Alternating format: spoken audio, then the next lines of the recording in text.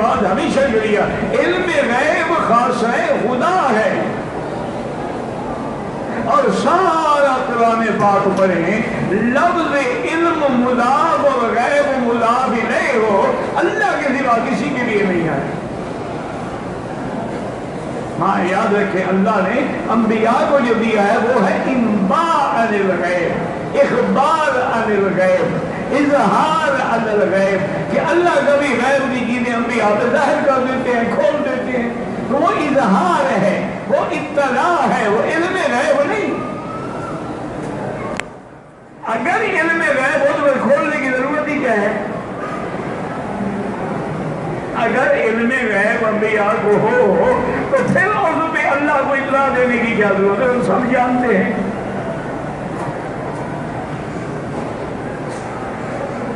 اس لیے ہمیشہ اگر علم غیب نبی کے لیے دعویٰ کرو تو پھر نہ معراج بچے گا نہ ہجرت بچے گی.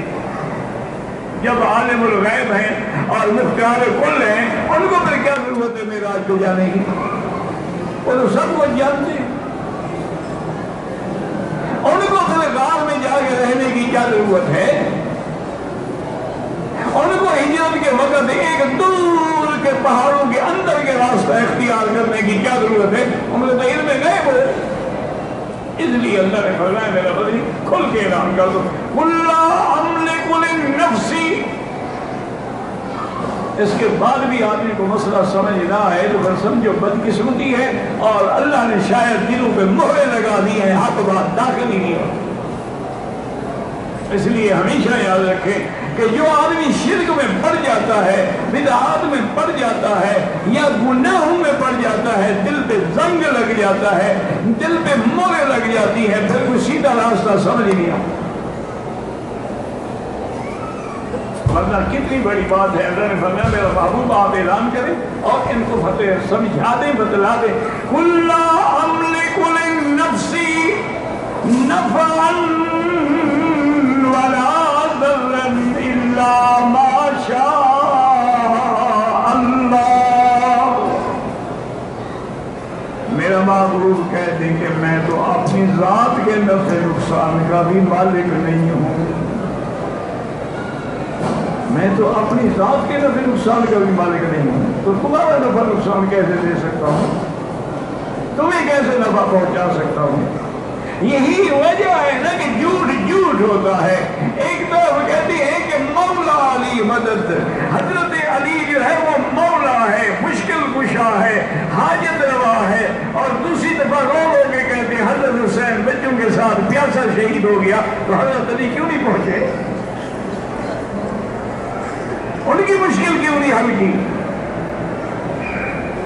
اگر انہوں نے اپنی اولاد کی مشکل کشائی نہیں کی تو تیری مشکل کشائی کیوں کریں گے؟ کیا جھوٹ ہے؟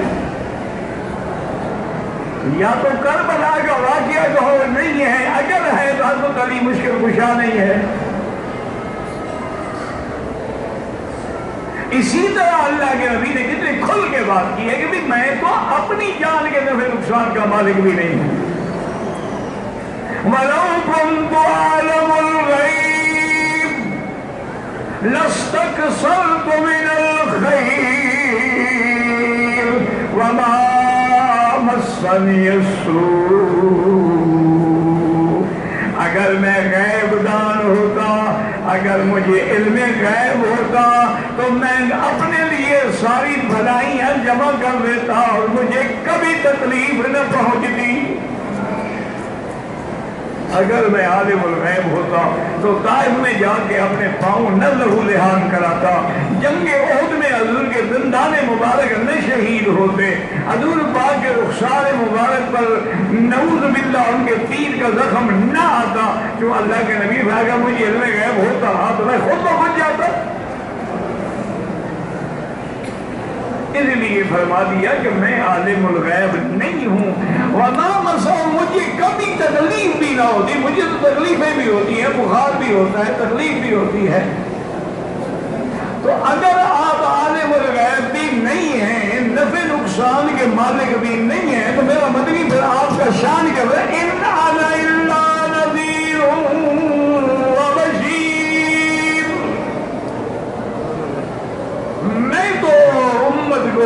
جہنم سے ڈرانے والا ہوں اور جنت کی بشارت دینے والا ہوں.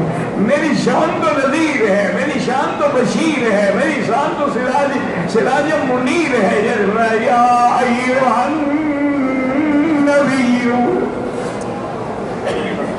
انا ارسلناک شاہدا ومبشرا ونذیرا وداعیا الی اللہ بإذنہ وسراجا منیرا. ہمیں میرا کام تو یہ ہے، لیکن کس کے لیے؟ لقومی یؤمنون، اس قوم کے لیے جو ایمان لانے والے ہیں. جو کافر ہیں ان کو نہ نذیر پر ایمان ہے، نہ بشیر پہ ایمان ہے، نہ نبی پہ ایمان ہے، نہ قرآن پہ ایمان ہے، نہ اللہ پہ ایمان. ان کو ڈرانے کا فائدہ کیا ہے؟ تو فائدہ انہی کو ہوگا جو ایمان والے ہیں. قرآن ہدایت ہے لیکن ان کے لیے ہے جو اللہ سے ڈرنے والے ہیں. اللہ کے نبی پیغمبر ہیں، رسول ہیں، لیکن ان کے لیے جو آپ پر ایمان لانے والے ہیں. اس لیے اللہ کے پیغمبر نے کھول کے بعد واضح فرما دی ہے. اس کے بعد بھی اگر کوئی نہ مانے تو پھر اللہ ہدایت. واللہ اعلم.